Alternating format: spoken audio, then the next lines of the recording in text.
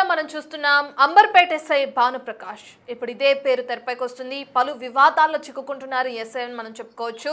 తన పిస్టాల్ను కూడా అమ్ముకునే స్థితికి చేజారిపోయారు ఆ ఎస్ఐ. అయితే ఇప్పుడు తన పేరు ఎందుకు తెరపైకి రావాల్సి వచ్చిందంటే చోరీ కేసులో రికవరీ చేసిన కొంత బంగారాన్ని అతను లోక్ అదాలత్లో కేసు కొట్టివేసి దానికి టోకరా పెట్టాలని ప్రయత్నించినట్లుగా కూడా మనకి సమాచారం అందుతుంది. ఈ కేసులో కూపీ లాగితే తను చేసిన అక్రమాలన్నీ ఒకటొకటిగా తెరపైకి వస్తున్నాయి. 2020 బ్యాచ్కి చెందిన భానుప్రకాష్ బెట్టింగ్ మాయలో పడి 80 లక్షల లాస్ అయ్యాడు. దీంతో దారి తప్పి క్రిమినల్ చర్యలకు పాల్పడ్డాడంటూ ఆరోపణలు తెరపైకి వస్తున్నాయి. ఇతని ఏవైతే చర్యలున్నాయో వాటికి సంబంధించి అటు పోలీస్ సర్కిల్స్లో కూడా కన్నింగ్ మెంటాలిటీపై ఏదైతే ఎస్ఐకి ఉందో దానిపైన చర్చ కూడా జరుగుతుందని చెప్పుకోవచ్చు.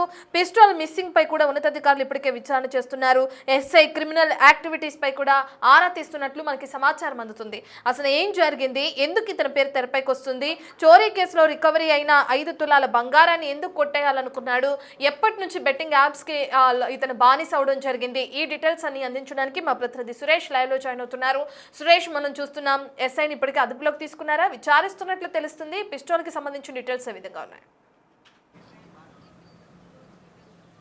ఎస్ఐ భానుప్రకాష్ని 2 రోజుల క్రితమే టాస్క్ ఫోర్స్ పోలీసులు అదుపులోకి తీసుకొని విచారిస్తున్నారు. అయితే ఇతను పోలీస్ డ్యూటీ నిర్వహించాల్సిన ఎస్ఐ ఏకంగా దొంగగా మారిపోయిందనే మనం చెప్పొచ్చు. ఎందుకంటే దొంగల దగ్గర నుంచి రికవరీ చేసిన బంగారాన్ని బాధితులకు ఇవ్వకుండా తను కేసు లోక్ అదాలత్లో కొట్టేసిన తర్వాత మీకు అందిస్తానని చెప్పేసి బాధితులకు బంగారం ఇవ్వకుండా తన సొంత అవసరాల కోసం 5 తులాల బంగారాన్ని అమ్ముకున్నట్టు పోలీసుల దర్యాప్తులో తేలింది. అంతేకాదు తన దగ్గర ఉన్నటువంటి 9mm పిస్తల్ ఏదైతే ఆత్మరక్షణ కోసం రివాల్వర్ అందిస్తారో ఆ రివాల్వర్ని కూడా ఏదైతే రాయలసీమ క్రిమినల్ ముఠాలకు అమ్మినట్టు పోలీసులు అనుమానిస్తున్నారు. ఎందుకంటే ఎక్కడ కూడా అనుమానం రాకుండా ఒక పథకం ప్రకారము స్కెచ్ వేసి మరీ ఇక్కడ నుంచి తప్పించుకోవాలని చెప్పేసి భానుప్రకాష్ వివరించినట్టు పోలీసులు గుర్తించారు.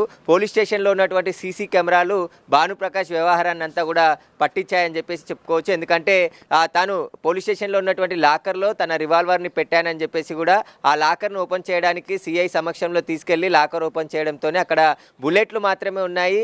రివాల్వర్ కనిపించకపోవడంతో రివాల్వర్ నేను ఇక్కడే పెట్టాను, ఎవరు కొట్టేశారని చెప్పేసి ఒక డ్రామా క్రియేట్ చేసే ప్రయత్నం ఎస్ఐ చేశాడు. అయితే సిఐకి ఏసీపీకి అనుమానం రావడం ఆ లాకర్లో పెట్టిన రివాల్వర్ ఎక్కడికి వెళ్తుందని చెప్పేసి విచారణ చేసిన క్రమంలోనే ఇతను బంగారం కూడా ఆ దొంగల దగ్గర రికవరీ చేసిన బంగారాన్ని అమ్ముకున్నట్టు దర్యాప్తులో తేలింది. ఆ బంగారాన్ని తీసుకెళ్తున్నటువంటి సీసీ కెమెరా ఫుటేజ్ కూడా పోలీసులకు స్వాధీనం చేసుకున్నారు. కాబట్టి అతని వ్యవహారం అంతా కూడా తేడాగా ఉండడంతో అదుపులోకి తీసుకొని విచారించడంతోనే ఒక్కొక్క విషయం బయటకు వస్తుంది. ప్రస్తుతమైన బెట్టింగ్ మాఫియాతో, ఎందుకంటే బెట్టింగ్ ఆడి దాదాపు 80 లక్షల వరకు కూడా పోగొట్టుకున్నట్టు పోలీసులు గుర్తించారు. ఆ అప్పులు తీర్చడానికి అప్పులు అధికంగా కావడంతోనే రివాల్వర్ కూడా అమ్మేసుకొని ఆ తర్వాత బంగారాన్ని అమ్ముకున్నట్టు కూడా పోలీసులు గుర్తించారు. అయితే ఇప్పుడు టాస్క్ ఫోర్స్ అదుపులో భానుప్రకాష్ ఉన్నాడు.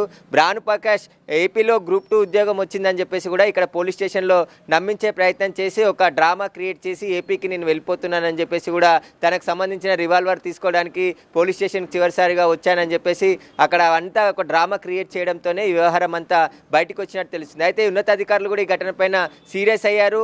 ఒక ఎస్ఐ తన రివాల్వర్ని అమ్ముకోవడం పట్ల చాలా మిస్సింగ్ అని చెప్తున్నారు, కానీ అమ్ముకున్నట్టు దర్యాప్తులో తేలినట్టు తెలుస్తుంది. ప్రస్తుతం టాస్క్ ఫోర్స్ పోలీసుల అదుపులో ఎస్ఐ భానుప్రకాష్ ఉన్నాడు.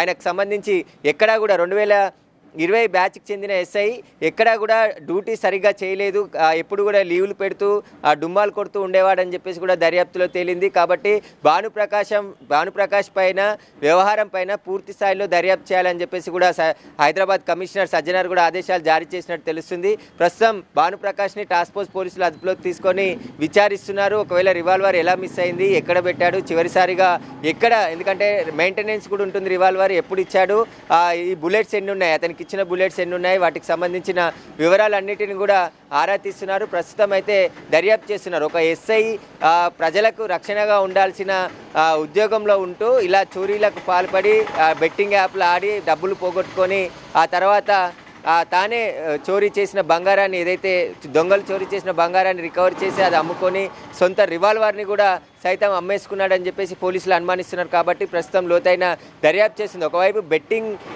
యాప్లు కావచ్చు, బెట్టింగ్ సంబంధించిన మాఫియా పైన అవగాహన కల్పించాల్సిన ఎస్ఐఏ బెట్టింగ్లో ఆడి బెట్టింగ్లో డబ్బులు పెట్టుకొని పోగొట్టుకొని తర్వాత అప్పుల పాలైనట్టు కూడా పోలీసులు గుర్తించారు. కాబట్టి భానుప్రకాష్ వ్యవహారం పైన ప్రస్తుతం పోలీసులు దర్యాప్తు చేస్తున్నారు. ఉన్నతాధికారులు కూడా అతనికి సంబంధించి పూర్తిగా అసలు బ్యాక్గ్రౌండ్ ఏంటి, ఎప్పటి నుండి బెట్టింగ్లో ఆడుతున్నాడు, ఎంత డబ్బులు పోగొట్టుకున్నాడు, ఎక్కడెక్కడ డ్యూటీ చేసిన సమయంలో ఏవైనా కేసులు, ఎందుకంటే ఇది ఒక్క కేసే బయటపడింది కాబట్టి ఇంకా అనేక కేసులు బయటకు వచ్చే అవకాశం ఉంది. ఇతను క్రైమ్ డిపార్ట్మెంట్లో ఎస్ఐగా పనిచేస్తున్నాడు కాబట్టి ఎక్కడెక్కడ పనిచేశాడు, ఆ గతంలో పనిచేసిన దగ్గర కూడా ఇలాంటి చోరీలు చేసి బంగారాన్ని అమ్ముకున్నాడా అనే దానికి సంబంధించి కూడా పోలీసులు ఆరా తీస్తున్నారు. ప్రస్తుతం ఈయన ఎక్కడెక్కడ డ్యూటీ చేశాడో ఆ డ్యూటీకి సంబంధించిన పూర్తి వివరాలు, అక్కడ కేసు దర్యాప్తులకు సంబంధించిన వివరాలను కూడా ఉన్నతాధికారులు తెప్పించుకుంటున్నారు. ఒక్క విషయం అంటే ఇప్పుడు ఆయన రివాల్వర్ మిస్సింగ్ అవడంతోనే ఈ బంగార వ్యవహారం, అదేవిధంగా బెట్టింగ్ సంబంధించిన ఆటలు ఆడింది కాబట్టి వాటికి సంబంధించిన విషయాలన్నీ బయటకు వచ్చాయి. కాబట్టి ఇంకా ఏమున్నాయి, తనకి బ్యాక్గ్రౌండ్ ఏంటి, అసలు గతంలో ఎన్ని కేసులలో ఇలా అవకతవకలకు పాల్పడ్డాడు, గతంలో రికవరీ చేసిన బంగారాన్ని కూడా అమ్ముకున్నాడా, వాటికి సంబంధించిన పూర్తి వివరాలపైన కూడా పోలీసులు అయితే ఇప్పుడు ఆరా తీస్తున్నారు. ఏదైతే రాయలసీమకు సంబంధించిన ఇల్లీగల్ ముఠాతో కూడా తనకి సంబంధాలు ఉన్నాయని చెప్పిన ఆ న్యూస్ కూడా తెరపైకి వస్తుంది. అంటే ఎప్పటి నుంచి సంబంధాలు పెట్టుకున్నాడు అని చెప్పుకోవచ్చు. ఉద్యోగంలో జాయిన్ అయిన తర్వాత ఒక పోలీస్ అధికారిగా ఉన్న వ్యక్తి అటువంటి ముఠాలని అరెస్ట్ చేసి వాళ్ళపైన ఎంక్వైరీ చేసి కటకటాల వెనుక వేసే పరిస్థితి ఉంటుంది. అలాంటి ముఠాతో ఇతను ఎప్పటి నుంచి సత్సంబంధాలు కలిగి ఉన్నాడు అనుకోవచ్చు. ఆ కోణంలో కూడా దర్యాప్తు కొనసాగుతుందా, వాళ్ళను కూడా అదుపులోకి తీసుకునే అవకాశం ఖచ్చితంగా ఇప్పుడు భానుప్రకాష్కి ఎవరెవరితో సంబంధాలు ఉన్నాయి వాటన్నిటికి సంబంధించి ఆరా తీస్తున్నారు. భానుప్రకాష్ వ్యవహారం పైన ఇప్పుడు పోలీసులు ఉన్నతాధికారులు దర్యాప్తు చేపడుతున్నారు. ఎందుకంటే రాయలసీమ ముఠాకి, ఎందుకంటే ల్యాండ్ సెటిల్మెంట్లు కావచ్చు, గొడవలు కావచ్చు, కొన్ని సెటిల్మెంట్లు చేసే ముఠాలతోని పోలీసులు అంటే పట్టుకునే ప్రయత్నాలు చేస్తుంటారు. కాబట్టి ఆ విధంగా సంబంధాలు ఏర్పడ్డాయా, లేకుంటే పైసలు అవసరం ఉండే, ఎందుకంటే డబ్బులు అవసరం ఉండి ఆ డబ్బుల కోసం రివాల్వర్ వారికి అమ్మాడు అనే దానికి సంబంధించి కూడా ఆరా తీస్తున్నారు. అతనికి రాయలసీమ ముఠాకి ఎలా సంబంధం ఏర్పడింది, ఎందుకంటే పోలీసులు సహజంగానే దొంగలను పట్టుకోవడానికి అనేక ఇన్వెస్టిగేషన్లో చాలా మందిని కలుస్తూ ఉంటారు. కాబట్టి ఆ కలిసే క్రమంలో వీరు రాయలసీమ ముఠా వీరికి అంటే ఈయనకి పరిచయం ఏర్పడిందా, లేదంటే కావాలని ఎవరి ద్వారానైనా క్రిమినల్స్, ఎందుకంటే ఈయన క్రైమ్ ఎస్ఐగా పనిచేస్తున్నారు కాబట్టి దొంగలు, క్రిమినల్స్ వీళ్ళతోనే సంబంధాలు, అంటే వారిని అరెస్ట్ చేయడం, వారితో తిరగడం ఇవన్నీ ఉంటాయి. కాబట్టి ఆ విధంగా సంబంధాలు ఏర్పడ్డాయనే దానికి సంబంధించి కూడా వివరాలు ఆరా తీస్తున్నారు. ప్రస్తుతం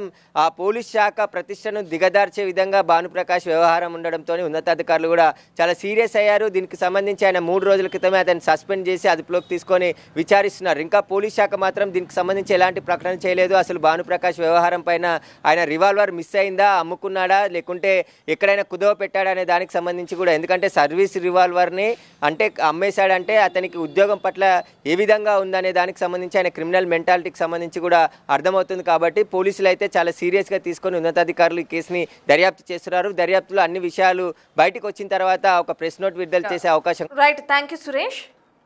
మనం చూసుకుంటే అమర్పేట ఎస్ఐ భానుప్రకాష్ ఎవరైతే ఉన్నారో అతన్ని ఈ కేసులకు సంబంధించి ఏదైతే అక్రమంగా తను ఇది చేయాలని చూడటం కానీ, తన పిస్తోల్ని పోగొట్టుకోవడం కానీ, లేదంటే ఏదైతే దొంగిలించబడిన బంగారాన్ని రికవరీ చేసే క్రమంలో దాన్ని తన సొంతం చేసుకోవాలని చేసిన ప్రయత్నంలో కానీ, వీటన్నిటికి సంబంధించి ఇప్పటికే అతన్ని సస్పెండ్ చేశారు, రిమాండ్కి తీసుకున్నారు. తనకి సంబంధించి ఎంక్వైరీ కొనసాగుతుంది, విచారణ కూడా కొనసాగుతుంది. విచారణలో భాగంగా మరి ఎటువంటి విషయాలు తెరపైకి వస్తాయి అనేది కూడా మనం వేచి చూడాల్సిన అవకాశం ఉంది. మరో పక్కన చూసుకుంటే రాయలసీమకి సంబంధించిన ఇల్లీగల్ ముఠాలతో కూడా తనకి సంబంధం ఉందని చెప్పి కూడా ఇప్పటికే తెరపైకి వస్తుంది.